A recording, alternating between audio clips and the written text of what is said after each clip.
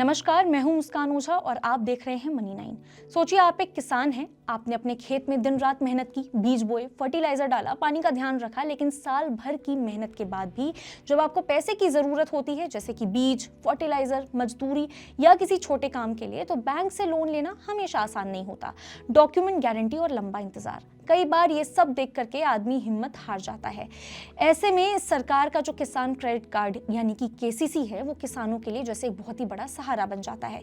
KCC एक ऐसा card है जिससे किसान आसानी से बैंक से शॉर्ट टर्म लोन यानी कि छोटे समय के लिए पैसे ले सकते हैं।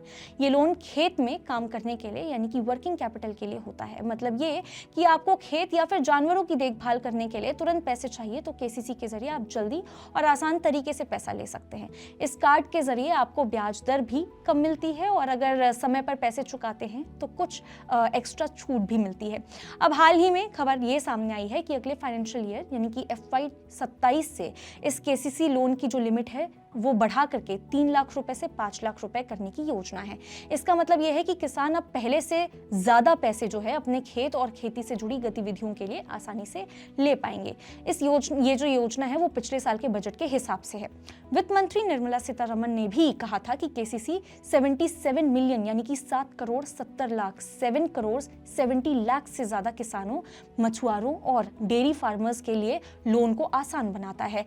अब केसीसी के तहत मॉडिफाइड इंटरेस्ट सबवेंशन स्कीम यानी कि MISS कहते हैं जैसे, वो लागू है। इसके तहत किसान 3 लाख रुपए तक जो लोन है उस पर 7% तक का ब्याज दर के साथ पैसा वो ले सकता है और अगर समय पर वो इसकी चुकौती करता है तो यहाँ पे 3% तक का एक्स्ट्रा छूट भी उसको मिलता है, जिससे इफेक्टिव इंटरेस्ट रेट सिर्फ 4% रह जाता है। मतलब किसान को कम ब्याज देना पड़ता है और पैसा जल्दी मिलता है। तो देखिए अभी कुल 77.1 मिलियन केसीसी एक्टिव है। इसमें मछली पालन के लिए 1,24,000 और पशुपालन के लिए 4.44 मिलियन कार्ड जो है शामिल है। बाकी खेती से जुड़ी गतिविधियों के लिए जो अलग लिमिट है वो रखी गई है। फाइनेंशियल ईयर 2025 में इस स्कीम के तहत किसानों को कुल 17,811 करोड़ रुपीस दिए गए थे।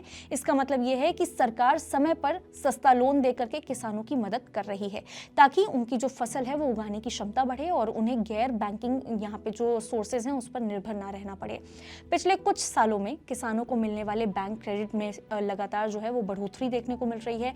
एग्जाम्पल के तौर पे अगर हम देखें तो साल 2021 में कुल कृषि क्रेडिट 15.75 लाख करोड़ था, जो 2024 में बढ़कर के यहाँ पे 25.49 लाख करोड़ रुपीस और 2025 की बात करें तो 28.67 लाख करोड़ रुपीस हो गया था।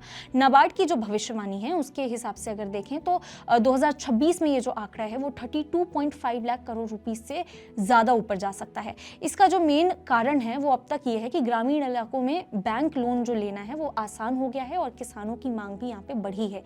RBI ने जनवरी 2025 से केसीसी के कोलैटरल फ्री यानी कि बिना किसी गारंटी के लोन की जो सीमा है वो भी बढ़ा करके 2 लाख रुपए तक कर दी गई है RBI की तरफ से। पहले ये जो सीमा थी वो सिर्फ 1 लाख रुपए थी।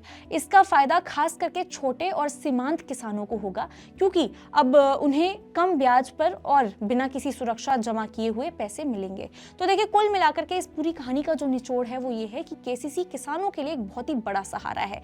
ये उन्हें समय पर यहाँ पे सस्ता लोन देता है, उनके छोटे मोटे जो खर्चे हैं उनको पूरा करने में मदद करता है और खेती से जुड़े निवेश बढ़ाने का मौका भी देता है। अगले साल से लोन लिमिट जो है वो बढ़ने से ये और भी ज्यादा मददगार साबित होगा और किसान अपने खेत और खेती से जुड़ी गतिविधियों में बेहतर निवेश कर सकेंगे, जिसमें उनकी आर्थिक स्थिति जो है वो मजबूत होगी। आप इस पूरी खबर पर क्या सोचते हैं, क्या कुछ हैं आपके थॉट्स, आप हमें कमेंट करके जरूर बता सकते हैं।